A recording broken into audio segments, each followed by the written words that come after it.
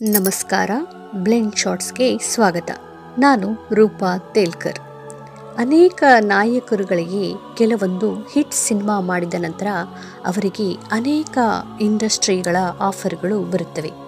ಉದಾಹರಣೆಗೆ ಕನ್ನಡ, ತೆಲುಗು, ತಮಿಳು, ಮಲಯಾಳಂ, ಹಿಂದಿ ಸೇರಿದಂತೆ ಮರಾಠಿ ಸಿನಿಮಾ ಇಂಡಸ್ಟ್ರಿಯ ಅವಕಾಶಗಳು ಹುಡುಕಿಕೊಂಡು ಬರುತ್ತವೆ. ಆಗ ಎಲ್ಲ ನಾಯಕ ನಟರಿಗೂ ಗೊಂದಲವಾಗುತ್ತದೆ. ಯಾವುದನ್ನು ಆಯ್ಕೆ ಮಾಡಿಕೊಳ್ಬೇಕು, ಯಾವುದನ್ನು ಆಯ್ಕೆ ಮಾಡಿಕೊಳ್ಬಾರ್ದು, ಇದರಿಂದ ನಿರ್ದೇಶಕರ ಕೋಪಕ್ಕೆ ಏನಾದರೂ ಗುರಿಯಾಗ್ತೀವಾ, ಹೀಗೆ ತುಂಬ ಯೋಚನೆಗಳು ಬರುತ್ತವೆ. ಹಾಗೆ ಅವಕಾಶ ಬಂದದ್ದು ಅನೇಕ ಕನ್ನಡ ನಾಯಕ ನಟರಿಗೆ. ಅದರಲ್ಲಿ ಅಭಿನಯ ಭಾರ್ಗವ ಡಾಕ್ಟರ್ ವಿಷ್ಣುವರ್ಧನ್ ಅವರು ಒಬ್ಬರು. ಹೌದು, ಆ ಕಾಲದಲ್ಲಿ ತಮಿಳು ನಿರ್ದೇಶಕ ಕೆ. ಬಾಲಚಂದರ್ ಅವರಿಂದ ಅವಕಾಶ ಬರುವುದೇ ತುಂಬ ದೊಡ್ಡ ವಿಷಯವಾಗಿತ್ತು. ಅಂಥದ್ರಲ್ಲಿ ಅದನ್ನು ಒಪ್ಪಿಕೊಳ್ಳುವುದೋ ಬೇಡವೋ ಎಂದು ನಟ ವಿಷ್ಣುವರ್ಧನ್ ಅವರು ಯೋಚಿಸಿದ್ರಂತೆ. ಕಾರಣ, ನಟ ವಿಷ್ಣುವರ್ಧನ್ ಅವರು ಆಗ ತಾನೇ ಕನ್ನಡ ಚಿತ್ರರಂಗ ಪ್ರವೇಶಿಸಿದರು.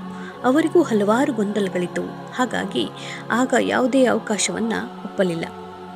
ನಟ ಡಾಕ್ಟರ್ ವಿಷ್ಣುವರ್ಧನ್ ಅವರು ಪುಟ್ಟಣ್ಣ ಕಣಗಾಲ್ ಮಾತು ಕೇಳಿ ಹಾಗೆ ಮಾಡಿದ್ದಾರೆ ಎಂದು ಆ ಸಮಯದಲ್ಲಿ ಗುಲ್ಲು ಎದ್ದಿತ್ತು. ಆದರೆ ನಿಜವಾಗಿಯೂ ಅವರ ಹಿಂದಿನ ಅಸಲಿಯತ್ತೇನು, ಪುಟ್ಟಣ್ಣ ಹಾಗೆ ಯಾಕೆ ಹೇಳಿದ್ರು, ಈ ಎಲ್ಲ ವಿಷಯವನ್ನ ಹೇಳ್ತಾ ಹೋಗ್ತಾನೆ. ವಿಡಿಯೋನ ಎಲ್ಲೂ ನಿಲ್ಲಿಸದೆ ಕೊನೆವರೆಗೂ ನೋಡಿ. 2010 ದಾದಾ ಸಾಹೇಬ್ ಫಾಲ್ಕೆ ಪ್ರಶಸ್ತಿ ವಿಜೇತ ತಮಿಳಿನ ಪ್ರಸಿದ್ಧ ಚಲನಚಿತ್ರ ನಿರ್ಮಾಪಕ ಕೆ. ಬಾಲಚಂದ್ರ ಅವರು ಪುಟ್ಟಣ್ಣ ಕಣಗಾಲ್ ಅವರ ಬಗ್ಗೆ ಅಪಾರ ಗೌರವವನ್ನು ಹೊಂದಿದಂಥ ವ್ಯಕ್ತಿ. ಮಾಧ್ಯಮಗಳಲ್ಲಿ ನೀಡಿದ ಅನೇಕ ಸಂದರ್ಶನಗಳಲ್ಲಿ ಬಾಲಚಂದ್ರ ಅವರು ಪುಟ್ಟಣ್ಣ ಕಣಗಾಲ್ ಅವರು ನನ್ನ ಗುರು ಅಂತ ಹೇಳಿಕೊಂಡಿದ್ರಂತೆ. ಆಗ ನಿಮಗಿಂತ ಚಿಕ್ಕವರಾದ ಪುಟ್ಟಣ್ಣ ಕಣಗಾಲ್ ಅವರನ್ನು ನೀವು ಗುರು ಅಂತ ಹೇಗೆ ಕರಿತೀರಾ, ಮತ್ತು ಅವರಿಂದ ನೀವು ಏನು ಕಲ್ತ್ರಿ ಅಂತ ಪ್ರಶ್ನೆ ಕೇಳಿದ್ರಂತೆ. ಆಗ ಕೆ. ಬಾಲಚಂದರ್ ಅವರು ವಯಸ್ಸಿಗೂ ಕಲಿಕೆಗೂ ಯಾವುದೇ ಸಂಬಂಧವಿಲ್ಲ, ನೀವು ಯಾರಿಂದಲೂ ಮತ್ತು ಎಲ್ಲದರಿಂದ ಕಲಿಯಬಹುದು ಅಂತ ಹೇಳಿದ್ರಂತೆ. ಹಾಗೆ ನಾನು ಪುಟ್ಟಣ್ಣ ಕಣಗಾಲ್ ಅವರನ್ನು ಇಷ್ಟಪಟ್ಟಿದ್ದೇನೆ ಮತ್ತು ಮೆಚ್ಚಿದ್ದೇನೆ ಅಂತ ಹೇಳಿದ್ರಂತೆ. ಪುಟ್ಟಣ್ಣ ಕಣಗಾಲ್ ಅವರು ನಿರ್ದೇಶನದಲ್ಲಿ ಅನೇಕ ಸುಧಾರತೆಗಳನ್ನು ತಂದವರು. ಹಾಗೆ ನಟರಿಂದ ಮಾನವ ಭಾವನೆಗಳನ್ನು ಹೊರಹಾಕುವಂಥ ಸಾಮರ್ಥ್ಯವನ್ನು ಹೊಂದಿದವರು ಆಗಿದ್ದರು ಪುಟ್ಟಣ್ಣ ಕಣಗಾಲ್ ಅವರು.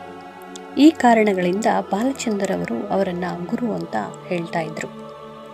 ವಾಸ್ತವವಾಗಿ ಬಾಲಚಂದರ್ ಅವರು ಅನೇಕ ತಮಿಳು ಫಿಲಂಗಳನ್ನು ಕನ್ನಡಕ್ಕೆ ಡಬ್ ಮಾಡಿದ್ದಾರೆ. ಉದಾಹರಣೆಗೆ ಬೆಂಕಿಯಲ್ಲಿ ಅರಳಿದ ಹೂವು, ಮೌನಗೀತೆ ಇವು ಮೊದಲಾದವು. ಪುಟ್ಟಣ್ಣ ಕಣಗಾಲ್ ಅವರು ಕನ್ನಡ ಚಿತ್ರರಂಗಕ್ಕೆ ಬಹುತೇಕ ನಟರನ್ನು ಪರಿಚಯಿಸಿದರು. ಅದರಲ್ಲಿ ಡಾಕ್ಟರ್ ವಿಷ್ಣುವರ್ಧನ್ ಅವರು ಕೂಡ ಒಬ್ಬರು. ವಿಷ್ಣುವರ್ಧನ್ ಅವರು ಪುಟ್ಟಣ್ಣ ಕಣಗಾಲ್ ಅವರನ್ನು ಅಪಾರ ಗೌರವದಿಂದ ಕಾಣ್ತಾ ಇದ್ರಂತೆ.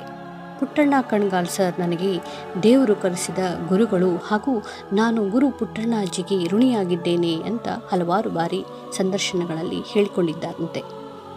ಡಾಕ್ಟರ್ ವಿಷ್ಣುವರ್ಧನ್ ಅವರು ಆಗ ತಾನೇ ಕನ್ನಡ ಚಿತ್ರರಂಗಕ್ಕೆ ಪ್ರವೇಶಿಸಿದರು. ಅವರಿಗೆ ಕನ್ನಡದಲ್ಲಿ ಸಾಕಷ್ಟು ಅವಕಾಶಗಳು ಇದ್ವು. ಹಾಗಾಗಿ ಅವರು ಪುಟ್ಟಣ್ಣನವರಿಗೆ ಕೇಳಿದ್ರಂತೆ, ನಾನು ತಮಿಳು ಚಿತ್ರರಂಗಕ್ಕೆ ಹೋಗ್ಬೋದಾ ಅಂತ. ಅದಕ್ಕೆ ಪುಟ್ಟಣ್ಣನವರು, ನೀನು ತಮಿಳು ಚಿತ್ರರಂಗಕ್ಕೆ ಹೋದರೆ ಖಂಡಿತ ತುಂಬ ದೊಡ್ಡ ನಟನಾಗಿ ಬೆಳಿತೀಯ, ಅದರಲ್ಲಿ ಯಾವುದೇ ಸಂದೇಹ ಇಲ್ಲ. ತಮಿಳು ಅಂತಲ್ಲ, ನೀನು ಯಾವುದೇ ಭಾಷೆಗೆ ಹೋದರೂ ಅಲ್ಲಿ ದೊಡ್ಡ ಸ್ಟಾರ್ ಆಗಿ ಬೆಳಿತೀಯ. ಆದರೆ ಹೋಗುವುದು ಖಂಡಿತ ಬೇಡ, ಏಕೆಂದರೆ ಇಲ್ಲಿ ಕನ್ನಡ ಚಿತ್ರರಂಗಕ್ಕೆ ನಿನ್ನಂಥ ಹೀರೋನ ಅವಶ್ಯಕತೆ ಇದೆ, ಆದ್ದರಿಂದ ಇಲ್ಲೇ ಇರು ಅಂದಿದ್ರಂತೆ. ಹೀಗಾಗಿ ವಿಷ್ಣುವರ್ಧನ್ ಅವರು ಕೆ. ಬಾಲಚಂದರ್ ಅವರ ಅವಕಾಶಗಳನ್ನು ಒಪ್ಪಿಕೊಂಡಿರಲಿಲ್ವಂತೆ. ಬಳಿಕ ಸಾಹಸ ಸಿಂಹ ಬಿರುದು ಪಡೆದು ನಟ ವಿಷ್ಣುವರ್ಧನ್ ಅವರು ಕನ್ನಡದಲ್ಲಿ ಅದೆಷ್ಟು ಮಿಂಚಿದರು, ಸೂಪರ್ ಸ್ಟಾರ್ ಆಗಿ ಮೆರೆದರು ಎಂಬುದು ಎಲ್ಲರಿಗೂ ಗೊತ್ತಿರುವ ಸಂಗತಿ.